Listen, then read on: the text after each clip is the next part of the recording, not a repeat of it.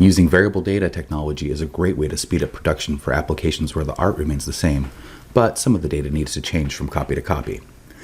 With Versaworks 6.8 and above, the limit on data entry has been increased from 20 lines to 200 and uses a basic excel.csv file to correctly identify and populate the variable data fields.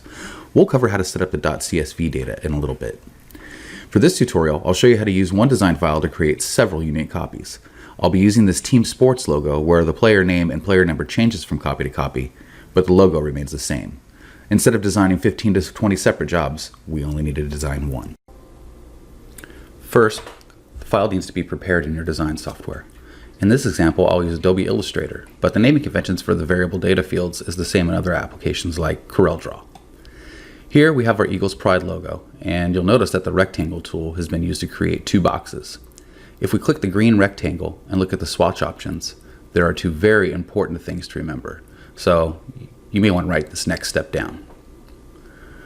When creating your variable data fields, it is a must to get the naming convention correct. This is to ensure that Versaworks will be able to identify the variable data fields in the design, as well as identify the correct data from the Excel file to be used later. When I open the swatch options, you'll notice that the swatch name starts with the capital letters VDP. This identifies that this is a variable data field and they must be capitalized. Then there's an underscore, and for this example we are using player name. There are no spaces, and if you notice, I've capitalized the P as well as the N. When it comes time to create the .csv file, I will have to make sure to use the exact same naming convention or the data will not populate. The other important note is that the swatch being created must have a color type set to spot color, or the field will not be identified as variable data in Versaworks. For color mode, you can select RGB, CMYK, or LEB, and the color doesn't matter. The variable data boxes will not show in Versaworks if the swatch is set up correctly. Once you have set variable data fields up, you can now save out the file as a PDF and open in Versaworks.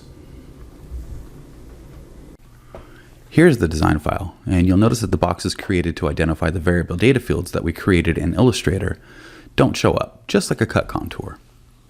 Next, scroll down to the Variable Data tab. At the top of the page, there is a checkbox titled Enable Variable Data Printing. Click on the box to allow for the variable data tools to open up.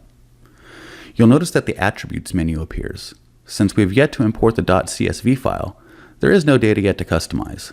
Let's jump into Excel and view how the data is arranged. Here we have our excel.csv file set up. Staying with our Team Sports design created in Illustrator, you can see that we have two columns. It is very important to make sure the column headers are titled exactly the way the variable data fields were created in Illustrator. In this example, we used VDP underscore player name and VDP underscore player number. As a reminder, the titles are case sensitive and must be spelled the same way as we did in the design phase. This is to ensure Versaworks imports the correct data into the correct field. A great tip to avoid printing and spelling errors is to have your client fill out the name and number portion of the Excel file.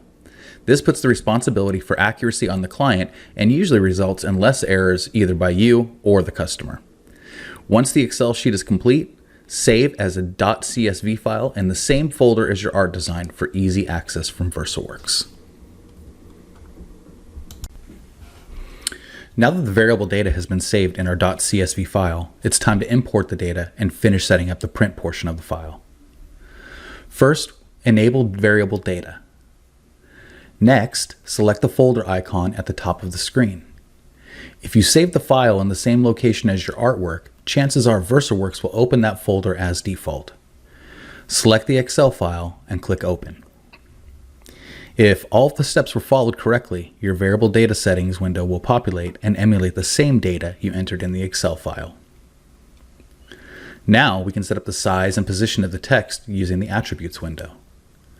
As you see, the text comes through at a default of 10 point and a Microsoft Sans Serif font.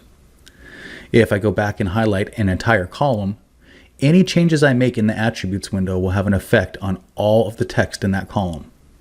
You can also select individual data fields if needed for size and spacing of longer names. Since this is a sports team, I'm going to use the Impact font. And I'm going to change the size of the text to 72 point on the names. and then add the same treatment to the number column. You can also add additional value by adding special effects like drop shadows matching the logo color. There are a lot of cool things you can do in this attributes window. We'll cover that in a later tutorial. At this point though, if I click OK and look at the updated preview screen, you can see that we now have 13 print files generated from a single variable data file. Variable data technology will cut down time spent on the design phase and improve production at times when it can be used.